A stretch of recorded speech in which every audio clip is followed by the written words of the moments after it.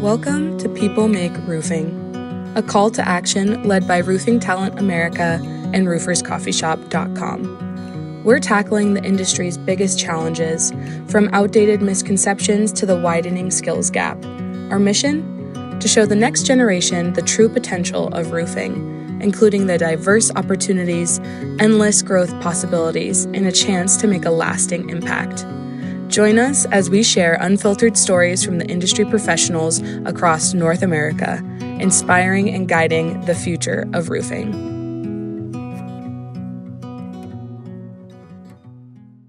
Hello guys, this is People Make Roofing.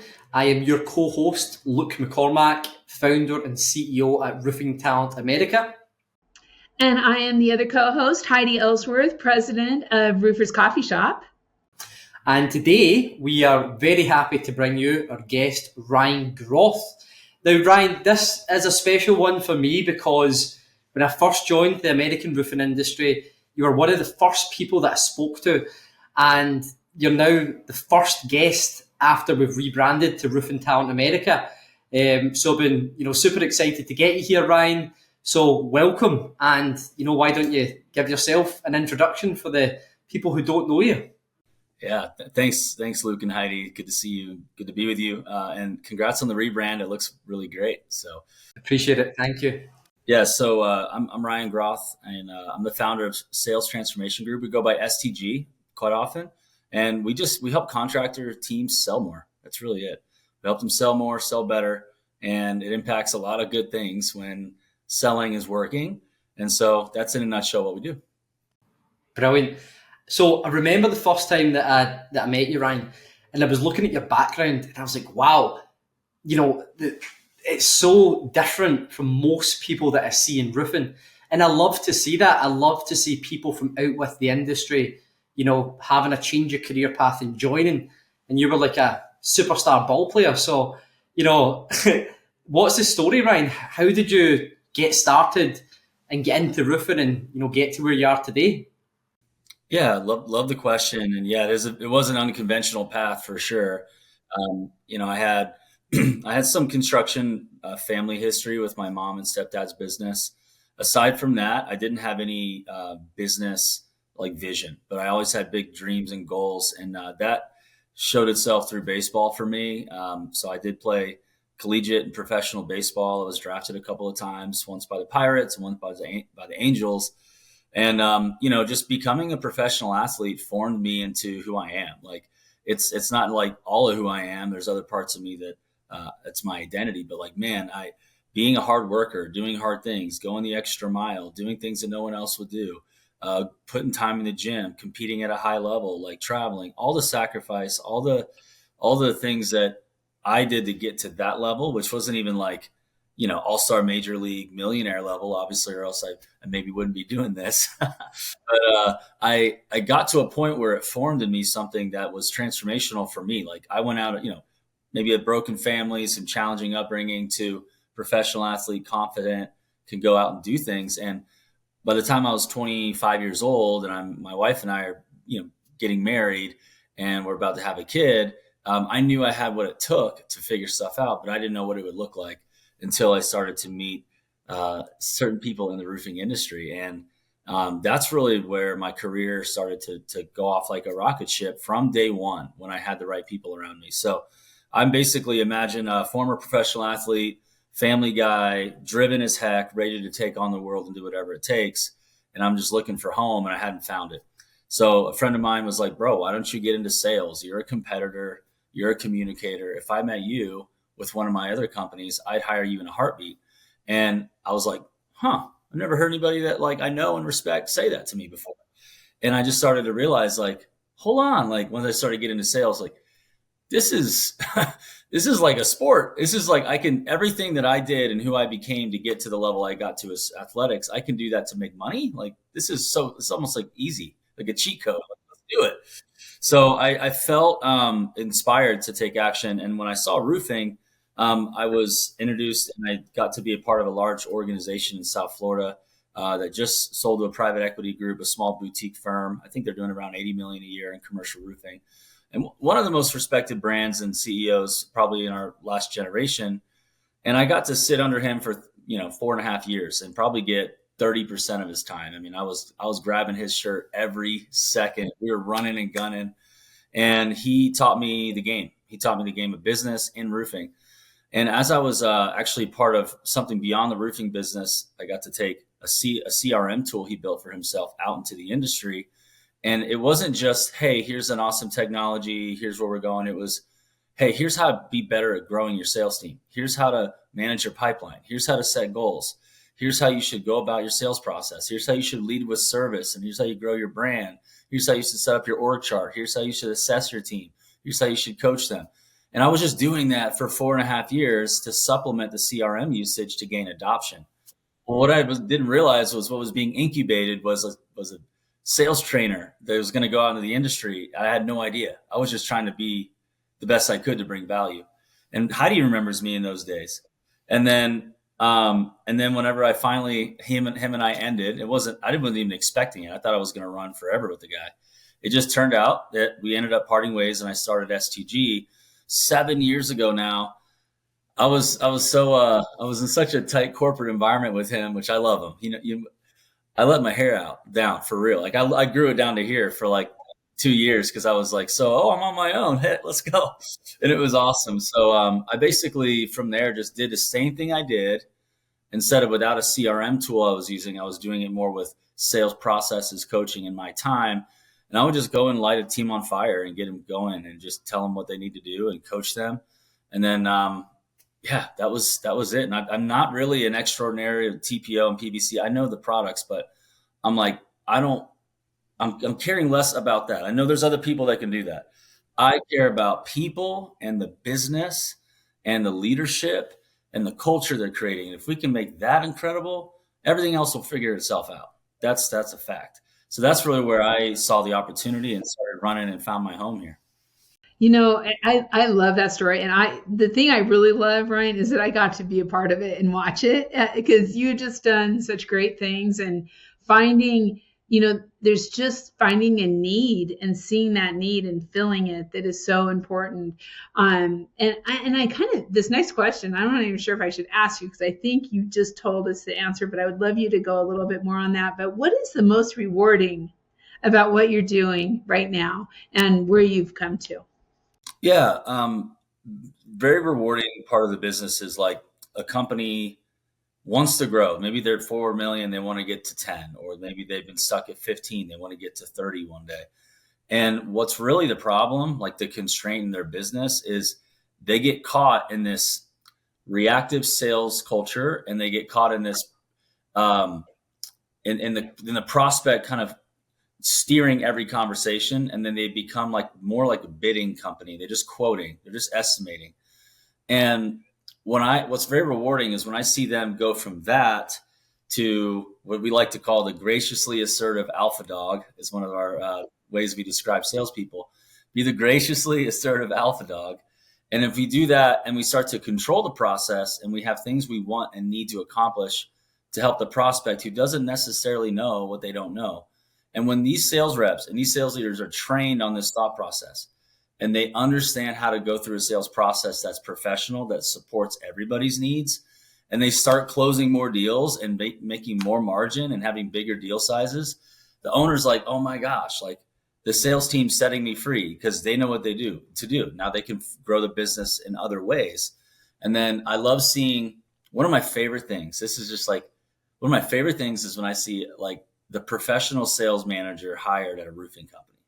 It's like, wait, you're no longer just you and your two people, or just you and the one guy, your brother. It's the only no, you have a sales manager and a professional sales team out there representing your brand with a culture, with a process, with numbers, forecasting, technology, hitting those numbers.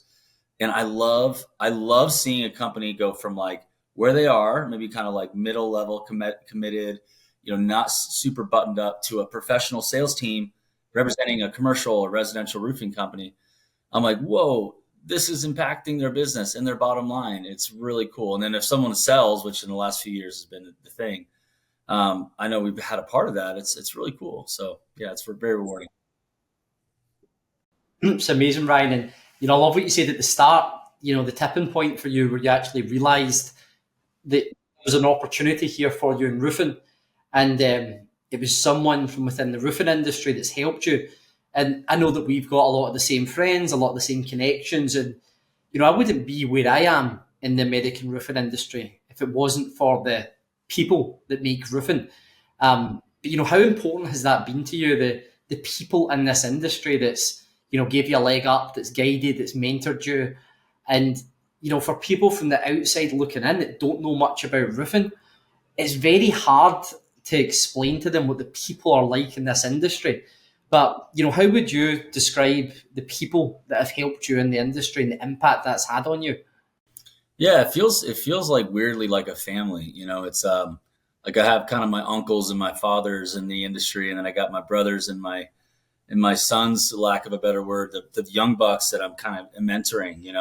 It feels like a family. It's weird. It's like if I think that if you're in this industry and you don't have a bunch of egg on your face because you're not doing some dumb stuff, and you carry yourself professionally and you go about your way with integrity, you do what you say and you say what you do, like that right there is 75% of it. But then if you actually bring sizzle and salt and like you bring real value that's different, you're not just trying to copy everybody, and you are in it and you're like in the industry and you care, then it's kind of, I would say it's hard to get in, so to speak. I wouldn't say that, but like I could tell you that being in and then seeing somebody trying to, with all their strength, get in, it's like, it's tough for those people if they don't have respect by their peers, if they're not recognized as an expert, and if there's an inkling of integrity question, or is that guy's a little bit off, or is he a little this,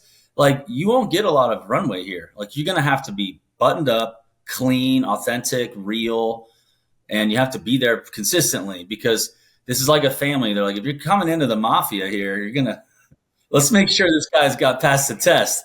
But thankfully, it's all morally aligned. There's some amazing people here. There's nobody in the circles that I surround myself with, everybody's buttoned up, and there's a standard for that. And people will call you out. I've had some people come to me just like a brother or sister and be like, dude, just clarifying about that. And they were just making sure we're good, because the association that we have with one another is very important. Our brand is everything. And if I'm going to go out there and poorly represent myself, you guys are like, I don't know if we should have Ryan on the show. That's maybe not a good look.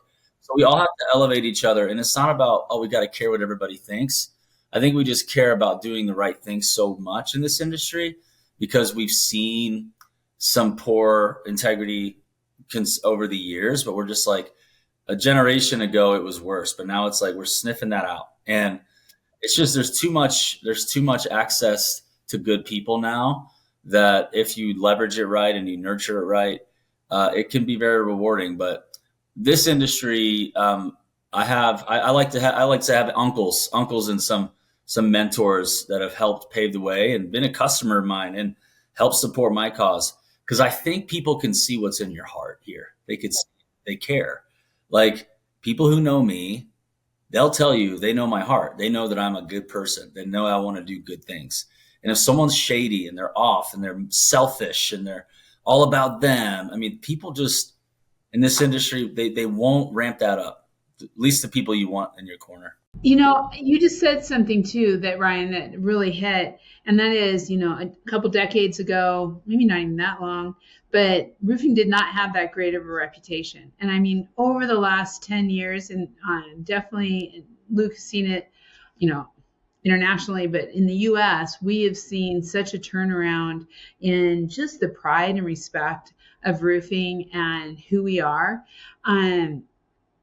What is some of your advice to the younger generation coming up, who maybe, we're in it every day. We talk about it. We love this industry and everything, but outside of our industry, people may not know all the great changes, everything that's happening. What's some of your advice to the younger generation to get involved in roofing?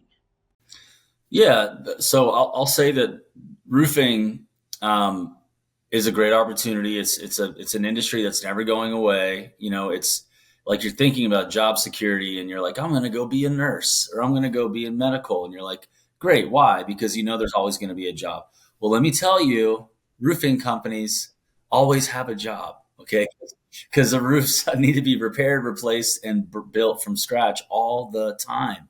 And as long as people want to build stuff, and we're having, we're growing as as a nation and as a world, we're going to need roofs. So I think that there's job security for one. The second thing is that over the last several years, the business acumen is improved and access to technology has improved. So it's not quite the industry of technology or whatever it may be. There's not quite the advancements yet, but it's coming up and it's catching up to a point where it's world class. I mean, and out of that, people not only have they made incredible money, like owners and their teams have made incredible money, which is important. There's also opportunity to give back and help elevate the industry. And then if you even want to be innovative and create some new advancements in this industry, there's room for that too. So if you like to be a change maker and create value and make money and do something that's good and you do it right. The other good thing is if you have integrity and you have business acumen and you show up, you're gonna be in the top 10%. If you have business acumen, I'm not saying it's that easy. It's getting harder, but the opportunity is there to be successful, and it's very rewarding. And the people, if you surround yourself with the right networks, they'll help accelerate that path for you, like shave years and millions off of your learning tab, and then years off of your ramp up. It's very rewarding. I mean, I don't know about you.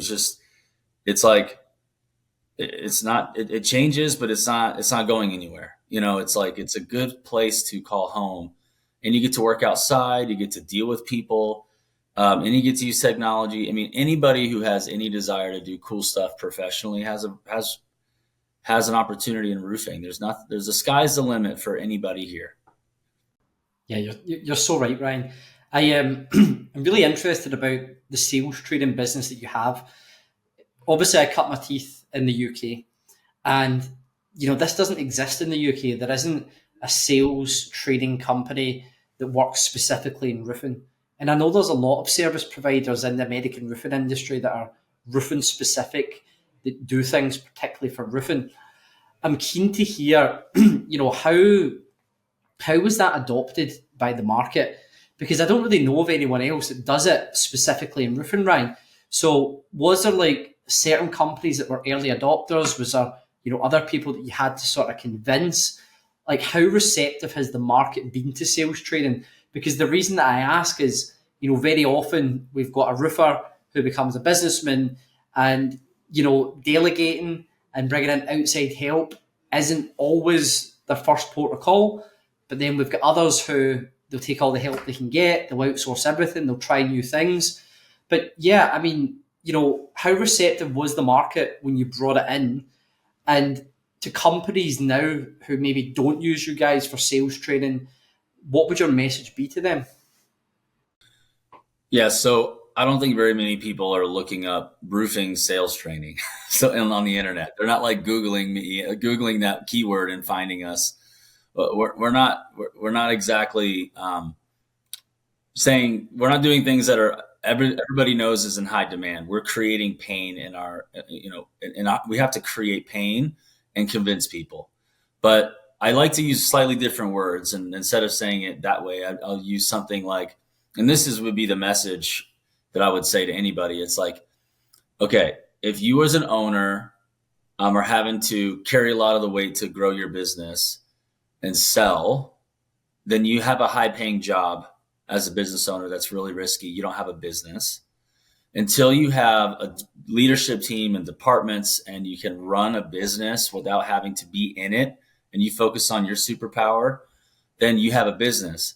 And in order for you to do that, you have to have revenue. And in order for you to have revenue, you have to make it repeatable, and you have to have the right people doing the right things consistently in order to not be on this revenue roller coaster that many people will have. Because you go sell a bunch of work, and then what do you do when you do that? You got to go do the work. So you stop selling, and now you're doing. And so you have this, and then when you're done doing the work, let's go get some work. And so if you don't have a big pipeline, you may just lower your price. and then you're stuck, and then you have less margin than you want. It puts more pressure on your crews, and you don't want to hire anybody else because you don't have like a guaranteed backlog of work. So you're kind of in this fog, like, wow, no wonder I'm not growing.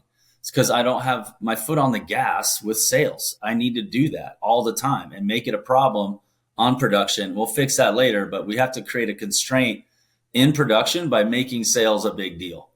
And if you don't do that, you're not going to just like naturally, magically grow. You may have some storm that hits and stuff falls in your lap, but it's never on purpose with a plan. You're just randomly winning. I want you to win on purpose and like make it through tough times. And when other people aren't doing this hard stuff, you are. So what that looks like is you need a sales process and you need a sales training process to get other people on. And it's better if they don't know anything. It's better if they don't know anything, but this is the first thing they learn and they don't have any bad habits and they fit your culture and you have a vision and they're driving with you and you're building something great. Because at the end of the day, people like being on winning teams. And I don't know very many winning teams without a head coach and an owner who doesn't have a plan, who doesn't want to win a championship, doesn't have goals, it doesn't have a roster they want to build, doesn't know how to be a great organization. You as an owner need to be a business person that happens to be good at roofing, or do roofing, and you need to make sales something that you are not going to like skip on. Make sure it's awesome. Make sure it's buttoned up. Make sure you have the right people in the right seats.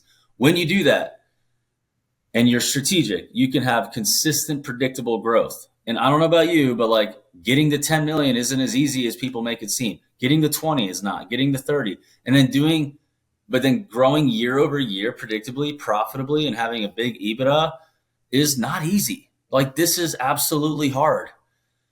And if you don't think sales training and upskilling your salespeople and having a great sales organization is important, I don't know how you're going to do it. I just don't know. Good answer, Ryan. So with that side of it put to the side, when we look into the future of the industry, we look at the skill shortage, the generation gap, workers due to retire, and the demand for people in the roofing industry is going up. The demand for roofing services is going up, but the amount of new people coming into the industry is going down. And it's pretty scary stats. Like we've got 49.2% of American roofing contracting business owners are due to retire in 2029. Now that brings a different opportunity for lots of young owners coming up, but we've also got 30% of the workforce due to retire, and we've got more roofing companies. We've got private equity pumping more money into being more competitive. So, it really is the perfect storm. And I feel like right now we're sitting on a ticking time bomb. We need to get more people into the industry. So who this content is for, Ryan, is school leavers, college leavers, teachers, parents, career guidance counsellors. And if someone in one of those positions were listening to this right now, what would you say to them about how to get into this industry and the impact it can have on their life? Well, if you're hungry and you have some intelligence and you want to do things right, like you can grow within within the right organizations in this industry. You can grow, and you can have success. I can tell you that, like being on the labor side in my early years, like I can tell you all the guys that you're on the crew with, if they find out and they hear that you're running out of work, then they're looking somewhere else. So as long as they're being fed and they have work and they're being paid and they have an idea where they're going to grow potentially, you can attract people. And so what does that mean? That means you have to be putting jobs on the board. Like you got to sell and you got to build grow your company. You can message this to the industry in your local area to get people come on. And if you're being attracted or recruited into a roofing company, I just want you to know, like if you're smart, you work hard, you do what you say you're going to do, you can grow maybe even out of the field, potentially into the office, into something else if you wanted to. I'm not saying you should. Production's amazing, but there's great opportunity here. And like the sky's the limit. I said that earlier. The sky's the limit for somebody who wants to do great things. And technology, there's so much opportunity. I mean, if you're hearing this and you're thinking, okay, where should I go that's going to help me grow? that's always going to be there. That's not just going to close up in this industry, that has great people in it, that has opportunities for me to learn more, has, if there's a good business in my market that wants to help people grow like that, I know if I work for them, I'll prove myself and we'll do great things. And if not, there'll be a better chapter somewhere else. What industry should I choose? It's like, it's like roofing has all that. It has all of it. And it may not be thinking about shingles and TPO isn't the sexiest thing. It's not like you're going to Lululemon, but like, dude, Lululemon people make like no money. Do you want to make real money? Go do something that's really useful at a high value in this industry and your market, which roofing is one of those things. And, it's a great industry. I'm so grateful it kind of pulled me in and allowed me to cut my teeth and allowed me to make some messes and find my home. And it allowed me to like be here because it's feeding my family and it's helping feed families on my team. And it's helping salespeople feed their families, which feeds the families of the crew. So they're just all of it, just a trickle down effect and being good at something and finding your niche. But there's a home for you here. But I would encourage you to come somewhere and learn and put down roots and have a place to jump from. I'm so glad I spent 4.5 years down in that company in Fort Lauderdale. That was a long time. I mean, that's like a full undergrad, like a full undergrad or whatever. I spent a lot of time there and it was perfect for me. And I think if I would have jumped out too soon, it may have been too soon, so go find a home and go learn. Ryan, I love what you're saying, because one of the things that I think about is there's really so many different places within the industry for whatever you want to do. If you love working with your hands, being outside, that construction. I mean, we have had some great podcasts talking to people who are just like, me and my hammer, man. That's what I love. I love being up on the roof. Or if you want to be in manufacturing or distribution, I mean, there are so many ways to enter this industry. But to your point, once you do, you find your home, and you really don't leave. What do you see as kind of the future of the roofing industry? I mean, we, like you and I or all three of us were talking about, so much has changed over the last 30 years. What is the future of the industry, and what can young people kind of look forward to looking ahead? I would say that, I started in the commercial industry and then I kind of started to expand out into residential and learn the insurance side. I think the future is that there's going to be more of a retail business, which means you have to have a local brand and you got to market and you have to have a local presence. And it won't be so easy to get a roof. You have to either come out of pocket pretty significantly or pay cash or finance it, which I think it does a lot. It levels the playing field of professionalism. So I think that's one.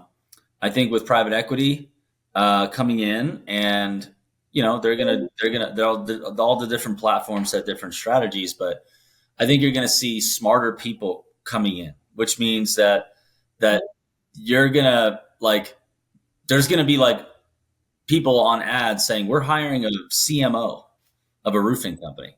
Like those days are coming, and you're like, wait, what? Like a CMO, a chief marketing officer. What? Like, no, this is not a $4 million company. This is a $400 million year company. This is a $400 million year company. We want to get to $1 billion in 18 months. Like that's the kind of stuff that's happening. So like this is where I'm going with this, is there's going to be space for more sophisticated org structures in roofing companies, not just like manufacturing like roofing companies. And what that means is it means a lot. There's a big implication on that. It means that if you have skills and you're a professional, you have a track record, you're going to find a great career.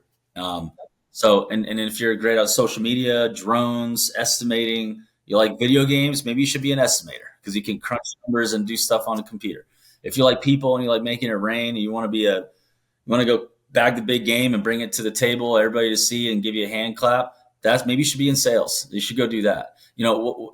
There's space in this industry where literally if you're talented 10 years ago, you come into a company, all of a sudden you do everything. You're like, oh yeah, they can do this. They can do this. It's like, whoa, and then they're like buried. They're like, oh my gosh. And then the people who are like those unicorns who are just psycho and like going to do whatever it takes, they end up like either owning their own company or being like the number two, and it works out. Those days in 10 years will be a little different. It's going to be more structured, more professional, and it won't be the wild, wild west. It's not even like that anymore. 10 years ago it was, 20 it definitely was. It's not like that now. And soon enough, it's going to be like buttoned up. Like, so come in and let's have a great career. It's kind of the way I see it. Amazing responses, Ryan. That's great. You really feel your passion coming through about the industry, and the industry's given you so much. And, it's very good of you to join us today and give back to the industry. So thank you for that, Ryan. For the audience watching, Ryan, how can people connect with you? Yeah, just find me on Instagram, LinkedIn, or Facebook if you want to find me personally. And then, if you want to email me, just email me at Ryan. Actually, don't email me. Go to my website. sellonstg.com. Just go to sellonstg.com. Yeah, just go there and you can find our information, and we'd love to chat with you if you have some challenges with sales and your business is like an up and down roller coaster and you're just not breaking through and you're like, we need to break through. Our sales guys stink, or our sales leaders don't know what they're doing. We're just stuck. So if that's you, let us know. We have tools, training, coaching for you, workshops for you, things that can just get you fired up and ready to go take action and grow your business. So go check us out.